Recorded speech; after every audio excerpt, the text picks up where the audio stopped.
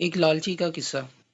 مفتی تقی عثمانی دامت برکاتہم نے اپنی کتاب تراشی میں اشعب طامع نامی شخص کے بارے میں لکھا ہے کہ وہ حضرت عبداللہ بن زبیر رضی اللہ تعالی عنہ کا غلام تھا۔ اس کے اندر طمع بہت زیادہ تھا۔ وہ اپنے زمانے کا نامی گرامی طامع تھا، حتیٰ کہ اس کی یہ حالت تھی کہ اس کے سامنے اگر کوئی آدمی اپنا جسم کھجاتا تو وہ سوچ میں پڑ جاتا تھا کہ شاید یہ کہیں سے کچھ دینار نکال کر مجھے ہدیہ کر دے گا۔ وہ خود کہتا تھا کہ جب میں دو بندوں کو سرگوشی کرتے دیکھتا تو میں ہمیشہ یہ سوچا کرتا تھا کہ ان میں سے شاید کوئی یہ وصیت کر رہا ہے کہ میرے مرنے کے بعد میری وراثت اشعب کو دے دینا۔ جب وہ بازار میں سے گزرتا اور مٹھائی بنانے والے کو دیکھتا تو ان سے کہتا کہ بڑے بڑے لڈو پیڑے بناؤ۔ وہ کہتے کہ ہم بڑے لڈو کیوں بنائیں؟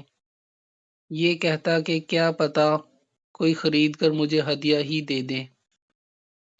ایک مرتبہ لڑکوں نے اس کو گھیر لیا، حتیٰ کہ اس کے لیے جان چھڑانا مشکل ہو گیا۔ بالآخر اس کو ایک ترکیب سوجی۔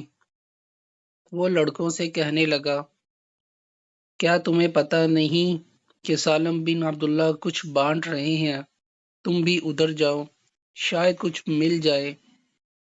لڑکے سالم بن عبداللہ کی طرف بھاگے تو پیچھے سے اس نے بھی بھاگنا شروع کر دیا۔ جب سالم بن عبداللہ کے پاس پہنچے تو وہ تو کچھ بھی نہیں بانٹ رہے تھے۔ لڑکوں نے اشعب سے کہا کہ آپ نے تو ہمیں ایسے ہی غلط بات کر دی۔ وہ کہنے لگا، میں نے جان چھڑانے کی کوشش کی تھی۔ لڑکوں نے کہا، پھر تم خود ہمارے پیچھے پیچھے کیوں آ گئے؟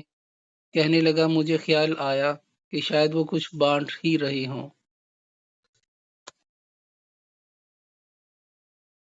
حضرت عثمان رضی اللہ تعالی عنہ کی حکمت یہودی کے ساتھ۔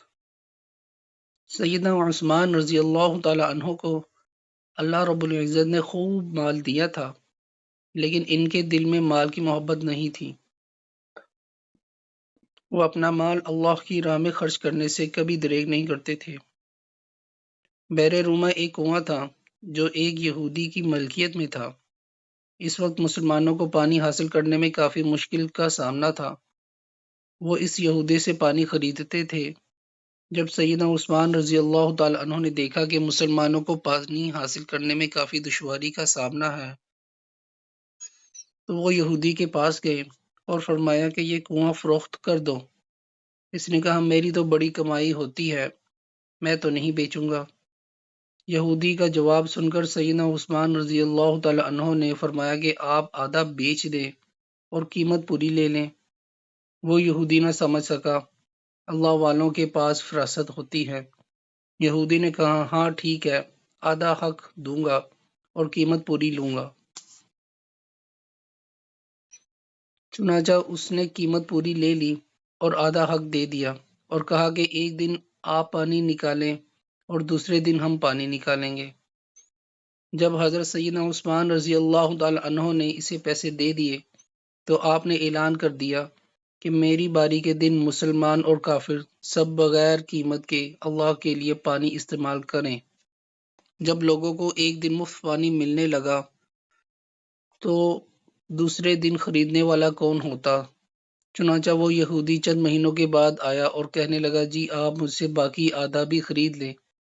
آپ نے باقی آدھا بھی خرید کر اللہ کے لیے وقف کر دیا۔ اللہ پاک ہمیں سیدنا عثمان رضی اللہ تعالی عنہ کے نقش قدم پر چلنے کی توفیق عطا فرمائے، آمین۔